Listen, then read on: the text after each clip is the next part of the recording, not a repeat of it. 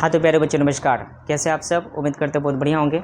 आज के इस वीडियो में हम लोग त्रिकोणमिति परिचय का पहला चैप्टर को देखने वाले हैं, यानी कि प्रश्नावली 8.1 के जितने भी क्वेश्चन है उसको हम लोग एक एक करके सॉल्व करने वाले हैं। और इसके आधारित जितने भी कॉन्सेप्ट या थ्योरी होते हैं आपको पिछले वीडियो में करवा दिया गया है। अगर पिछले वीडियो को आप लोग नहीं देखे हैं तो जाके देख लीजिए, तब जाके इस वीडियो में आप लोग 100% सारा क्वेश्चन को कंप्लीट कर पाएंगे। तो आइए देखते हैं पहला क्वेश्चन क्या बोला जा रहा है।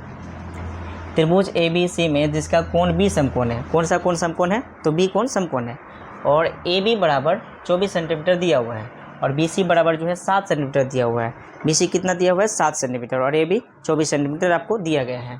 तो निम्नलिखित का मान ज्ञात करना है, यानी कि आपको साइन ए और कॉस ए का मान निकालना है। दूसरा प्रश्न में बोला जा रहा है कि साइन सी और कॉस सी का मान निकालना है। ठीक है, तो इसके अनुरूप आप हम लोग एक समकोण त्रिभुज का रचना करेंगे, क्योंकि जब भी त्रिकोणमिति में किसी त्रिभुज के बारे में बोला जाए तो वो समकोण त्रिभुज के बारे में ही बोला जाता है। और समकोण त्रिभुज का एक हम लोग रचना कर लिए हैं, जो कि यहाँ पे बोला जा रहा है कि त्रिभुज ए बी सी में जिसका कोण बी समकोण है। तो बी जब समकोण है तो यहाँ पे 90 डिग्री का एंगल बनता है समकोण त्रिभुज में, तो इस यहीं पे ना बी होगा, क्योंकि जहाँ पे 90 डिग्री का एंगल होगा वो समकोण होगा। तो यहाँ पे बी हो गया। और ए आप यहाँ भी लिख सकते हैं, यहाँ भी लिख सकते हैं, तो हम लोग ए यहाँ लिख देते हैं, ए बी और सी हो गया। तो 90 डिग्री के एंगल के सामने वाला जो भुजा होता है वो कर्ण हो जाता है, जिसको शॉर्टकट में एच बोलते हैं और इसको इंग्लिश में हाइपोटेनियस कहा जाता है। और इसको हम लोग लंब बोलते हैं, जिसको शॉर्टकट में पी बोला जाता है, क्योंकि इसका इंग्लिश नाम परपेंडिकुलर है। और इसको हम लोग आधार बोलते हैं हिंदी में, और शॉर्टकट में बी बोला जाता है, क्योंकि इसको इंग्लिश में बेस कहा जाता है। तो यहाँ पे ए से लेकर बी तक आपको कितना दिया हुआ है? तो 24 सेंटीमीटर दिया हुआ है। उसके बाद बी से लेकर सी तक आपको कितना दिया हुआ है? 7 सेंटीमीटर, यानी कि बी से लेकर सी तक 7 सेंटीमीटर दिया हुआ है। और कर्ण आपको पता करना है, यानी कि ए सी आपको पता करना है, ये चीज़ नहीं दिया हुआ है। तो आप लोगों को पता ही होगा, जब त्रिभुज में दो भुजा का मान दिया हो, तीसरा भुजा निकालना है तो क्या करते हैं? बोलिए। तीसरा भुजा निकालना है आप लोगों को तो क्या करते हैं? तो पाइथागोरस प्रमेय लगाते हैं। तो पाइथागोरस प्रमेय आप लोग को बताया गया था पिछले वीडियो में। तो आइए हम लोग समझते हैं इसको। वहाँ पे क्वेश्चन में क्या बोला जा रहा है, पहले दिया गया क्या क्या है वो उसको लिख लेते हैं। आपको दिया गया है ए बी बराबर 24 सेंटीमीटर और बी सी बराबर 7 सेंटीमीटर आपको दिया गया है। ये क्वेश्चन में आप लोगों को दिया गया है। निकालना क्या है आपको? ए सी बराबर व्हाट? अगर आपको ए सी निकालना है, यानी कि कर्ण निकालना है, तो क्या फॉर्मूला बताए थे? लंब का स्क्वायर, यानी कि ए बी का स्क्वायर जोड़ आधार का स्क्वायर बी सी का स्क्वायर। ठीक है, तो अंडर रूट ए बी का मान कितना है? 24 है, तो 24 का स्क्वायर कर देंगे हम लोग। और बी सी का वैल्यू कितना है आप लोग देखिए, यहाँ पे बी सी का वैल्यू जो है 7 दिया हुआ, 7 सेंटीमीटर, तो 7 का हम लोग स्क्वायर कर देंगे। और यहाँ आप लोग जानते होंगे 24 का स्क्वायर, नहीं जानते तो आप लोग 24 गुना 24 कर लीजिएगा। 24 गुना 24 576 होता है, 576 हम लोग लिख देंगे। और 7 का जो स्क्वायर होता है वो होता है 49। ठीक है, दोनों को जब जोड़ेंगे हम लोग, 576 और 49 को जोड़ेंगे तो 625 आ जाएगा हम लोग को निकल के। और 625 का जो वर्गमूल हो जाएगा वो हो जाएगा 25 सेंटीमीटर हम लोग का ए सी निकल गया। डेट इज कर्ण का मान 25 सेंटीमीटर निकल गया, 25 सेंटीमीटर। अब हम लोग का त्रिभुज में तीनों भुजा पता चल गया है। निकालना है क्या हम लोग को? Sign A cos A, sign C cos सी का मान।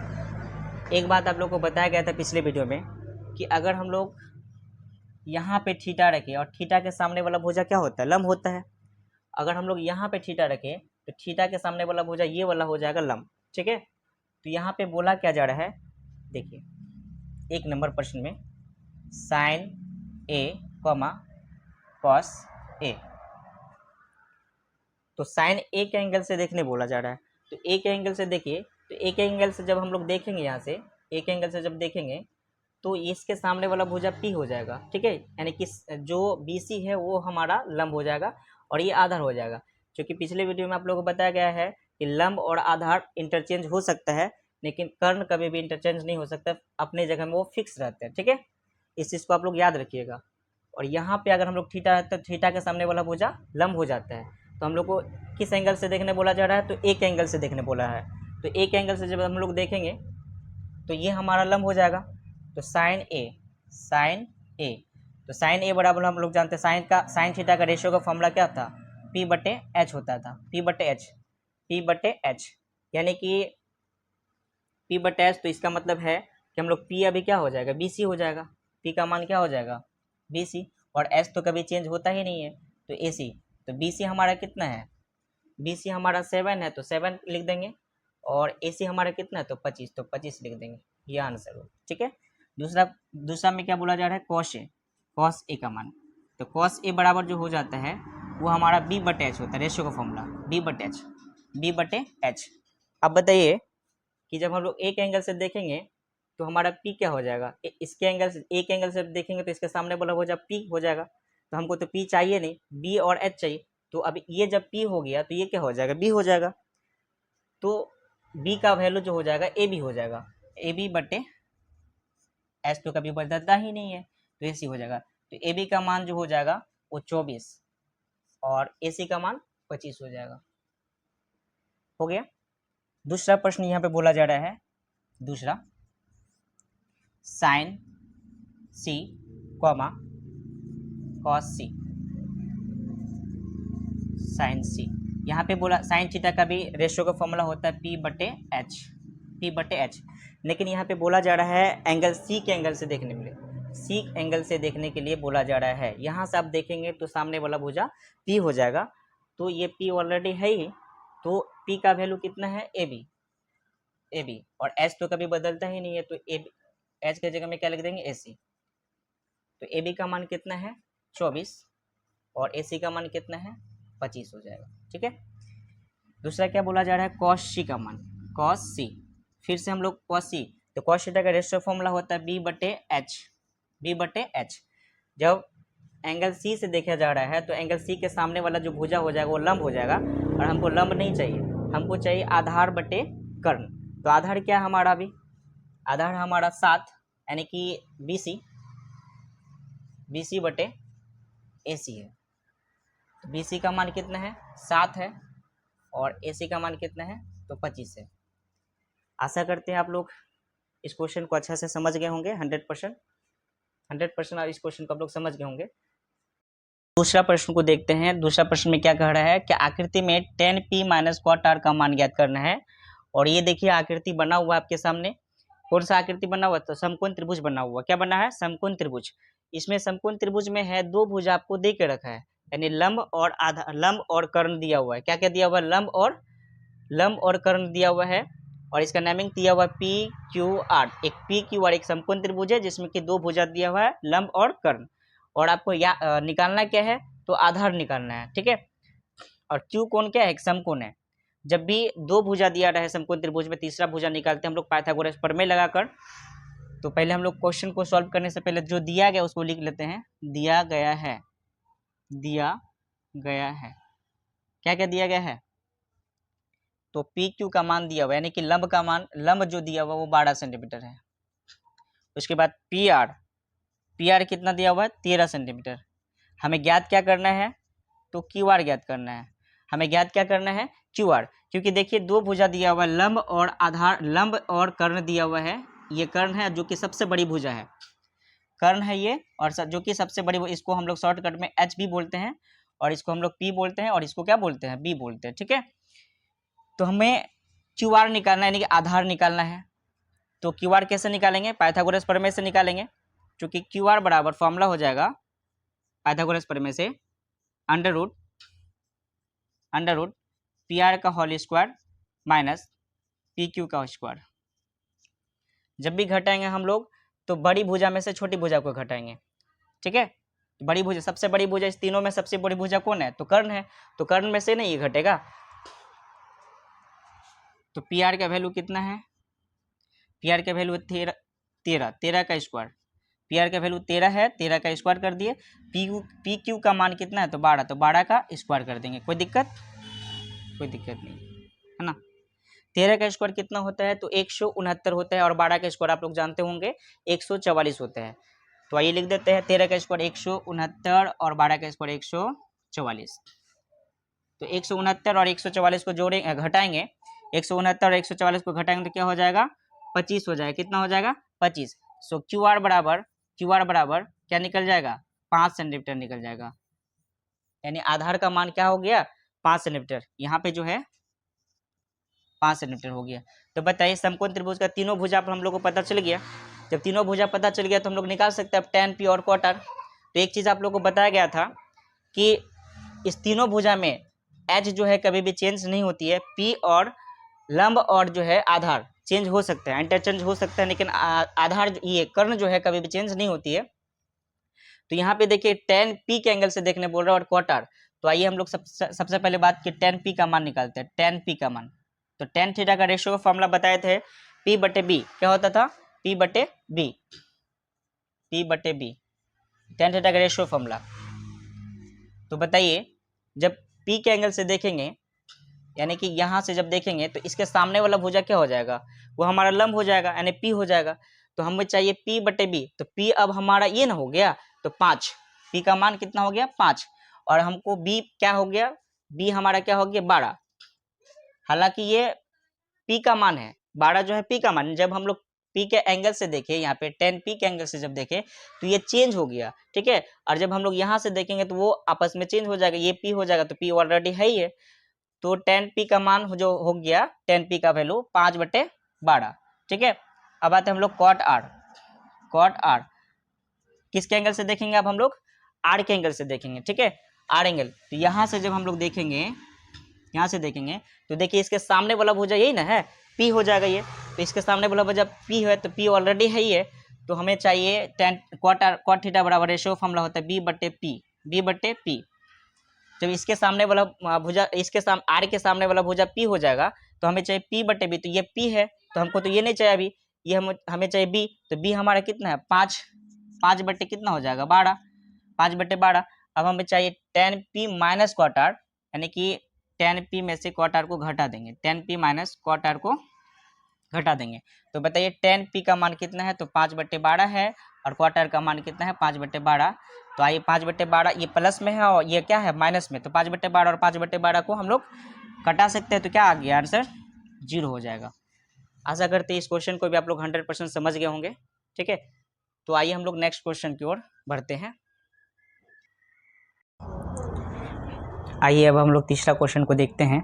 देखिए प्रश्न में क्या बोला जा रहा है, यदि साइन ए बराबर 3/4 है, कितना है 3/4, तो cos ए और tan ए का मान ज्ञात करना है, cos ए और tan ए का मान ज्ञात करना है हमें, ठीक है।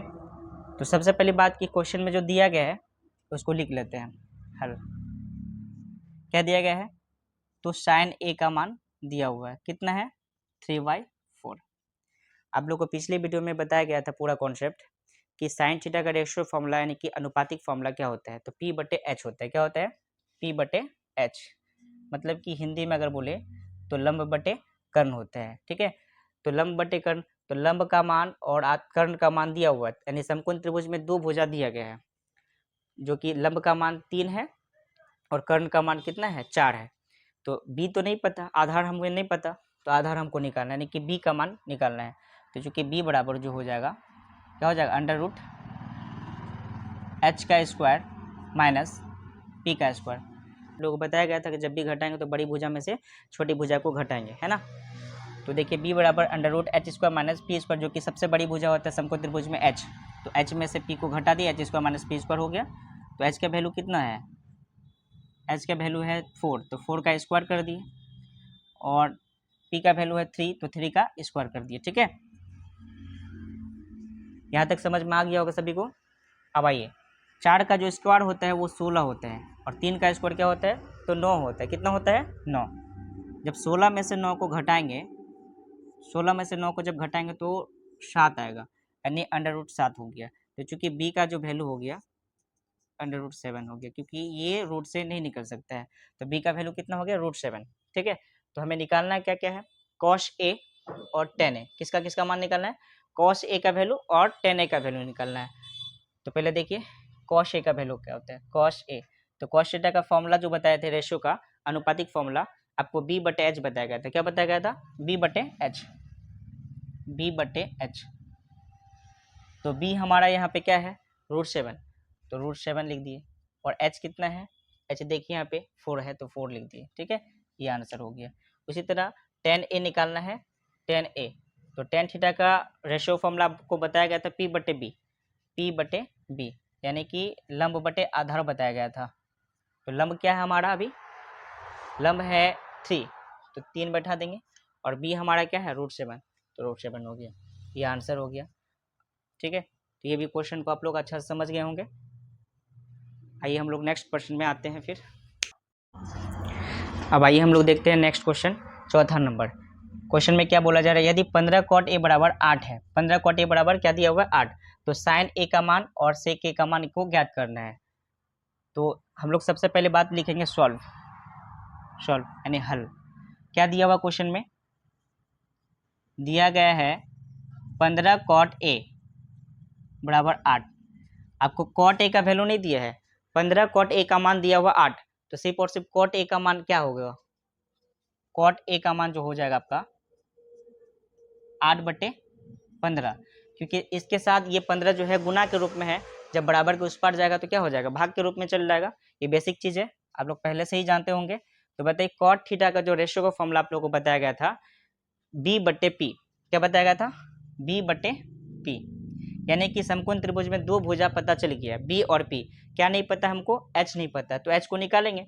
तो पाइथागोरस प्रमेय से हम लोग एच निकालें, तो एच का फॉर्मूला क्या बताया गया था, अंडर रूट पी का स्क्वायर प्लस में बी का स्क्वायर, ठीक है। पी का वैल्यू जो हो जाएगा हमारा 15 का स्क्वायर, और बी का वैल्यू 8 है तो 8 का स्क्वायर हो जाएगा, ठीक है। तो 15 का स्क्वायर कितना होता है, 225 होता है, 225 प्लस 8 का स्क्वायर 64 हो जाएगा, 225 और 64 जो हो जाएगा 289 हो जाएगा, क्या हो जाएगा, 225 और 64 क्या आ जाएगा जोड़ के 289, और 289 का जो वर्गमूल होता है वो 17 होता है, यानी एच का वैल्यू हम लोग को पता चल गया, कर्ण पता चल गया है। तो जब देखिए समकोण त्रिभुज में तीनों भुजा पता चल गया, पी बी और एच पता चल गया, तो हम लोग इसका वैल्यू निकाल सकते हैं, इसका मान निकाल सकते हैं। तो क्वेश्चन में बोला जा रहा है साइन ए का मान और सेक ए का मान, तो आइए साइन ए का मान निकालते हैं पहले। साइन ए का रेशियो का फॉर्मूला आप लोगों को पता ही होगा, पी बट एच, क्योंकि पिछले वीडियो में बता दिया गया है पी बट एच होता है, ठीक है। तो पी बट एच होता है, तो पी का वैल्यू कितना है यहाँ पे, देखिए 15 है तो 15 लिख देंगे, और एच का वैल्यू कितना है, तो अभी निकाले जस्ट एच बराबर 17, तो 17 लिख देते हैं, ये आंसर हो गया साइन ए का मान। उसके बाद आते हैं हम लोग सेक ए का मान, सेक ए का मान, तो सेक थीटा का रेशियो फॉर्मूला अनुपातिक फॉर्मूला आप लोगों को बताया गया था एच बटे बी, एच बटे बी, तो एच का वैल्यू कितना है 17 है, तो 17 लिख देते हैं, और बी का वैल्यू कितना है, यहाँ पे देखिए बी का वैल्यू 8 है तो 8 लिख देते हैं। आशा करते हैं ये भी क्वेश्चन आप लोग अच्छे से समझ गए होंगे। तो आते हैं हम लोग नेक्स्ट क्वेश्चन में, 5वां नंबर। आइए अब हम लोग 5वां नंबर क्वेश्चन को सॉल्व करते हैं।